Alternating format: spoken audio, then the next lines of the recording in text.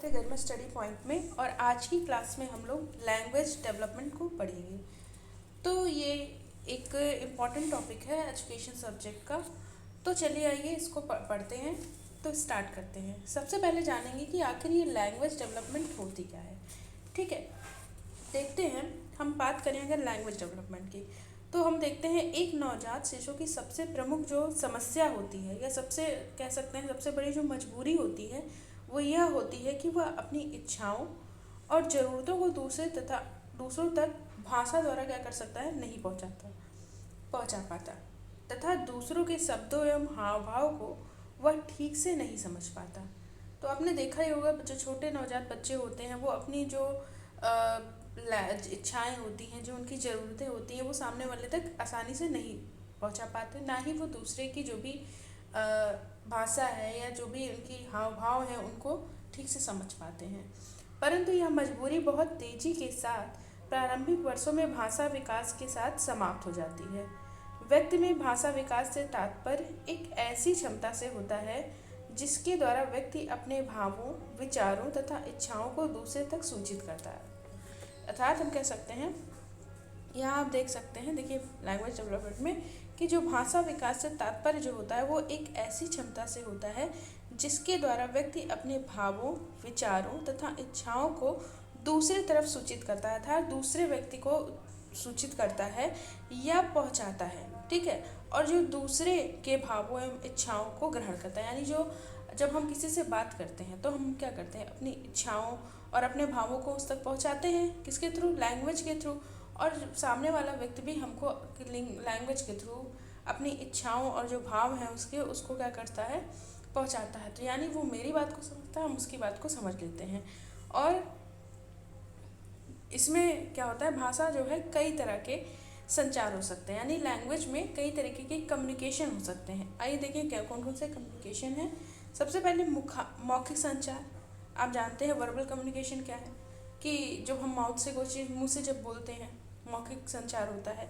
फिर मुखाकृति संचार, यानी हम अपने फेशियल एक्सप्रेशन से जब किसी को कोई चीज़ बताने की कोशिश करें, अपने जो भी भावों इच्छाओं को एक्सप्रेस करें, तो वो क्या होगा, हमारा फेशियल एक्सप्रेशन या फेशियल कम्युनिकेशन। तीसरा है आंगिक संचार। जब हमारे बॉडी लैंग्वेज की बात हम करते हैं तो जैसे बॉडी से हम किसी चीज़ की इंडिकेशन दें, तो ये चीज़ जो है बॉडी कम्युनिकेशन कहलाती है। लिखित संचार, यानी रिटन मटेरियल जो हम लिखते हैं उसको सामने वाला व्यक्ति क्या करे, समझ सके, तो वो हमारा लिखित संचार हो गया। आगे कला और मूकाभिनय आदि। तो ये सारे जो हैं भाषा कई तरीके के संचार हो सकते हैं। तो इतने तरीके के इसमें संचार क्या हो सकते हैं। अब आगे देखते हैं। तो इनका संबंध जो है, इन सबका जो उद्देश्य होता है, ये सारे जो हम बात कर रहे हैं, इनका उद्देश्य क्या होता है, विचारों एवं भावों को दूसरों तक पहुंचाना होता है। यानी जो हम कम्युनिकेशन करते हैं, इनका मेन उद्देश्य ही यही होता है कि हम अपने विचारों और भावों को दूसरों तक पहुंचा सकें। भाषा विकास के लिए यह आवश्यक है कि बालक में श्रवण शक्ति अर्थात सुनकर भाषा को समझने की शक्ति विकसित हो तथा उसमें सार्थक से ध्वनि उत्पन्न कर बोलने की शक्ति हो। यानी अगर हमको लैंग्वेज डेवलपमेंट में सबसे महत्वपूर्ण बात जो है कि हमको बोलने की शक्ति और हमारी सुनने की शक्ति वो क्या होनी चाहिए, अच्छी होनी चाहिए। तब हम बहुत अच्छा लैंग्वेज डेवलपमेंट हम कर सकते हैं। ठीक है, आगे देखते हैं। तो भाषा विकास को मनोवैज्ञानिकों ने बालकों के भाषा विकास के चरण की जो व्याख्या की है वो इन्होंने 2 भागों में बांट कर की है। देखते हैं कौन कौन से भाग में बांटी है इन्होंने। तो जो मनोवैज्ञानिक हैं उन्होंने बालकों के भाषा विकास के चरणों की व्याख्या जो है मोटे तौर पर 2 भागों में बांट कर की है। पहला है प्राक् भाषा विकास की अवस्था और दूसरा है उत्तर भाषा विकास की अवस्था। तो प्राक् भाषा विकास की जो अवस्था है, हम इसको एक एक करके पढ़ेंगे। सबसे पहले देखते हैं जो प्राक् भाषा विकास की अवस्था क्या है। तो सबसे पहले अगर प्राक् भाषा विकास की अवस्था की बात करें तो सामान्यतः ये जो है एक सामान्य बालक में प्रथम 15 महीने, कितने, प्रथम 15 महीने की अवस्था होती है। ठीक है, तो ये जो है प्रथम 15 महीने जो बच्चे कैसे लैंग्वेज डेवलपमेंट होता है, उनमें कैसे अपने भावों इच्छाओं को व्यक्त करते हैं। तो इन सारी चीज़ों की जो जानकारी मतलब कि जो लैंग्वेज का डेवलपमेंट होता है उनको हम देखेंगे शुरू के जो 15 महीने, जो बच्चों के 15 महीने होते हैं उसके अंतर्गत। तो इस अवस्था में बच्चों के शुरू के जो 15 महीने, एक सामान्य बालक में प्रथम 15 महीने की जो अवस्था को ही प्राक भाषा हम अवस्था कहा जाता है। ठीक है, इसमें बालक अपनी संचार आवश्यकताओं की अभिव्यक्ति निम्नांकित कितने तरीके से करता है? 4 तरीके से करता है। ठीक है, अब वो 4 तरीके क्या हैं तो आइए देखते हैं। पहला तरीका जो है वो है रुदन यानी क्राइंग। दूसरा है विस्फोटक ध्वनियों की ध्वनियाँ जो बाद में बलबलाना में बदल जाती हैं, बलबलाना था बैबलिंग में। तीसरा है हाव भाव यानी गेस्चर, और चौथा है सामवेगिक अभिव्यक्ति। ठीक है, चौथा क्या है? सामवेगिक अभिव्यक्ति। तो आइए देखते हैं, एक एक करके इनके बारे में जानेंगे।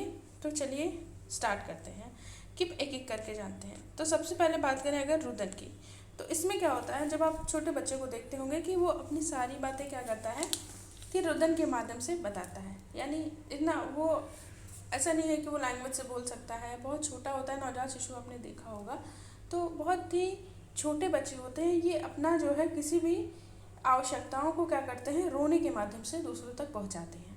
तो ये इनकी एक अवस्था हुई। दूसरे में क्या है? दूसरे में कह रहे हैं कि जो विस्फोटक ध्वनियाँ जो बाद में क्या होती हैं, बलबलाना अर्थात बैबलिंग में बदल जाती हैं। ठीक है, अब यहाँ देखते हैं कि बलबलाना जो है भाषा विकास की क्या है, दूसरी अवस्था कहलाती है। ये जो बलबलाना है यानी जो बैबलिंग है, भाषा विकास की दूसरी अवस्था कहलाती है।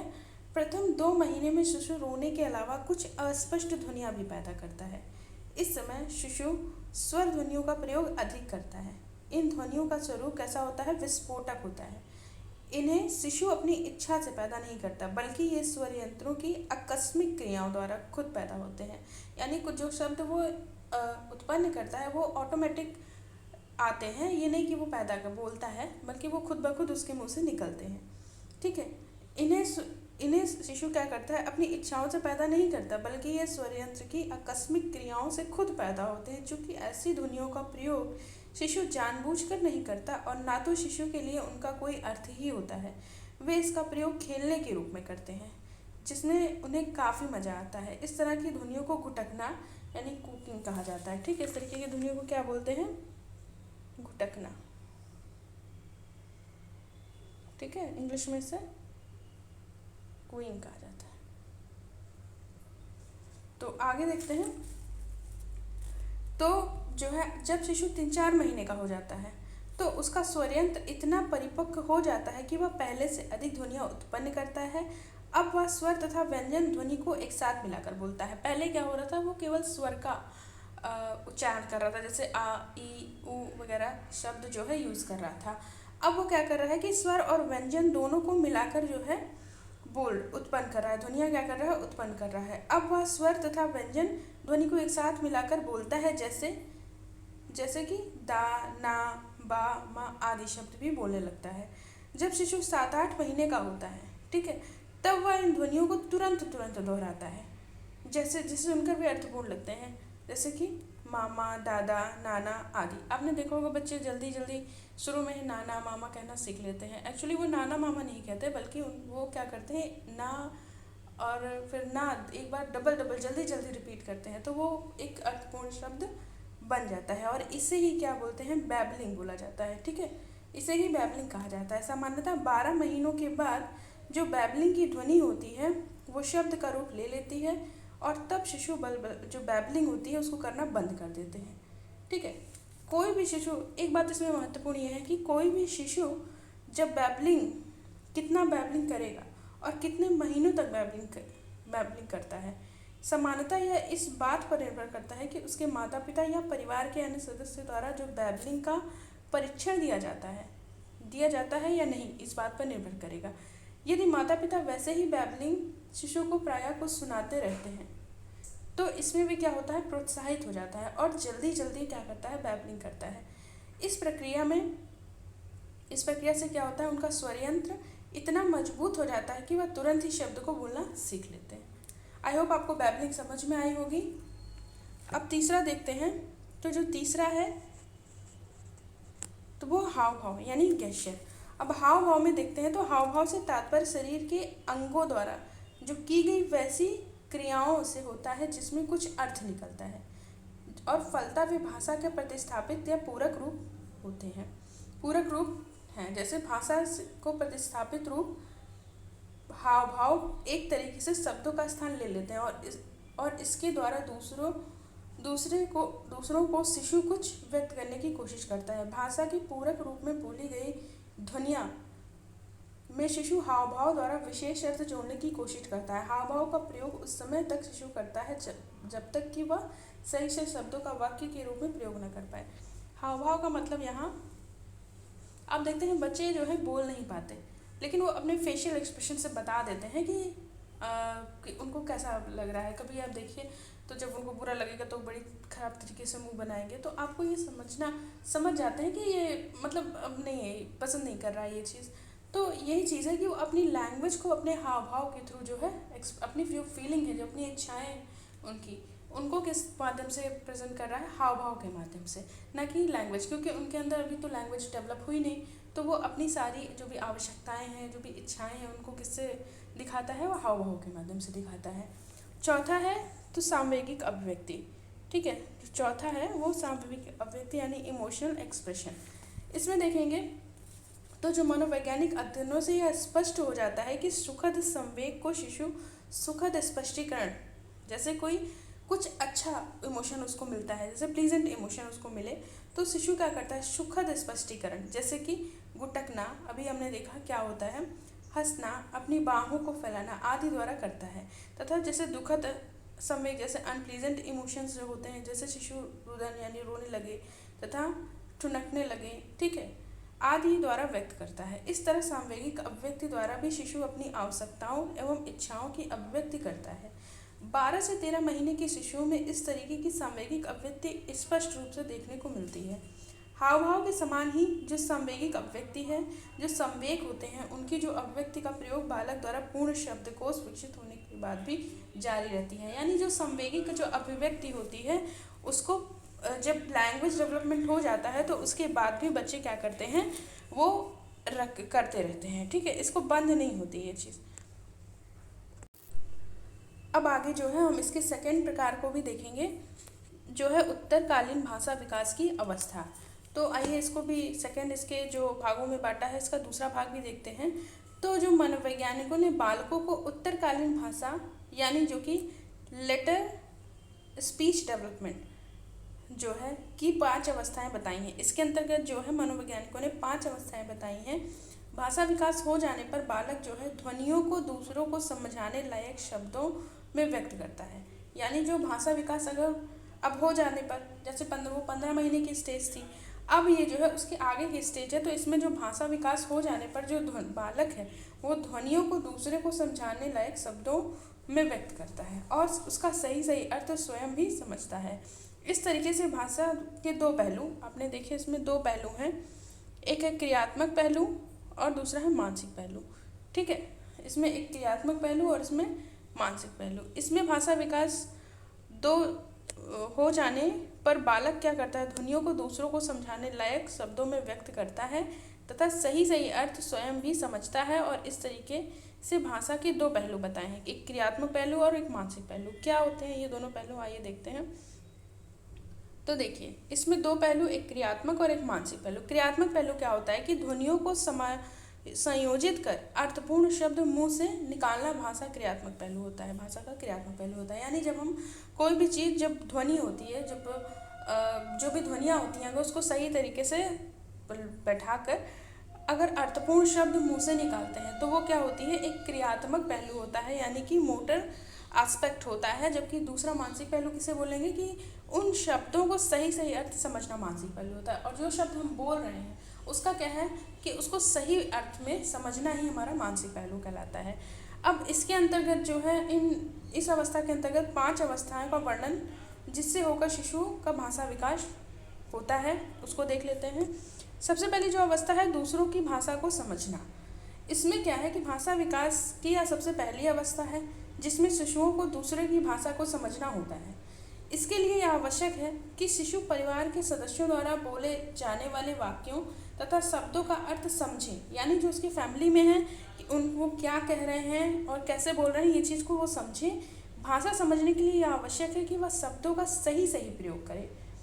और प्रायः शिशु हाव भाव तथा आनंद अभिव्यक्ति यानी जो फेशियल एक्सप्रेशन है के आधार पर परिवार के सदस्यों की भाषा को समझने की कोशिश करता है। और दूसरी इसकी है शब्दावली का निर्माण करना। ठीक है, भाषा विकास का दूसरा महत्वपूर्ण चरण शब्दावली का निर्माण करना है। शब्दावली निर्माण में बालकों को शब्दों तथा उनके अर्थ को समझना आवश्यक होता है। सामान्यतः बालक वैसे शब्द को पहले सीखते हैं जो उनकी भूख प्रेरणा से संबंधित होते हैं, जो मूलभूत शब्द होते हैं उनको पहले वो समझ लेते हैं। इसके बाद वे साधारण वाक्यों को सीखते हैं। जैसे जैसे बालक नए शब्दों को सीखता है तथा पुराने शब्दों को नए नए अर्थ समझता है, उसकी शब्दावली क्या हो जाती है, उसकी जो वोकैबुलरी होती है वो बढ़ती जाती है। साधारणतः यह देखा जाता है कि जो 18 महीने का बच्चा औसतन 10 शब्दों का प्रयोग करता है, जबकि वही 24 महीनों का बालक औसतन 29 शब्दों का प्रयोग करता है, यानी 29 वर्ड्स का प्रयोग करता है। 2 वर्ष के बालक का औसत शब्दकोश कितना हो जाता है, 200 से 300 शब्दों का हो जाता है। और इसी तरह बालक जब स्कूल पहुंचता है तो उसका शब्दकोश और भी अधिक बढ़ जाता है। तीसरा प्रकार जो बताया है वो है शब्दों का वाक्यों में संगठन। इसमें क्या बताया है कि शब्दों को मिलाकर जब वाक्य बनाना और इसे बोलना बालकों के लिए कठिन कार्य है। ठीक है, फिर भी 2 वर्ष की आयु के बालक शब्दों का वाक्यों में गठन करने का पहला प्रयास करते हैं, परंतु ऐसा करने से उन्हें इस उम्र में आंशिक सफलता मिलती है।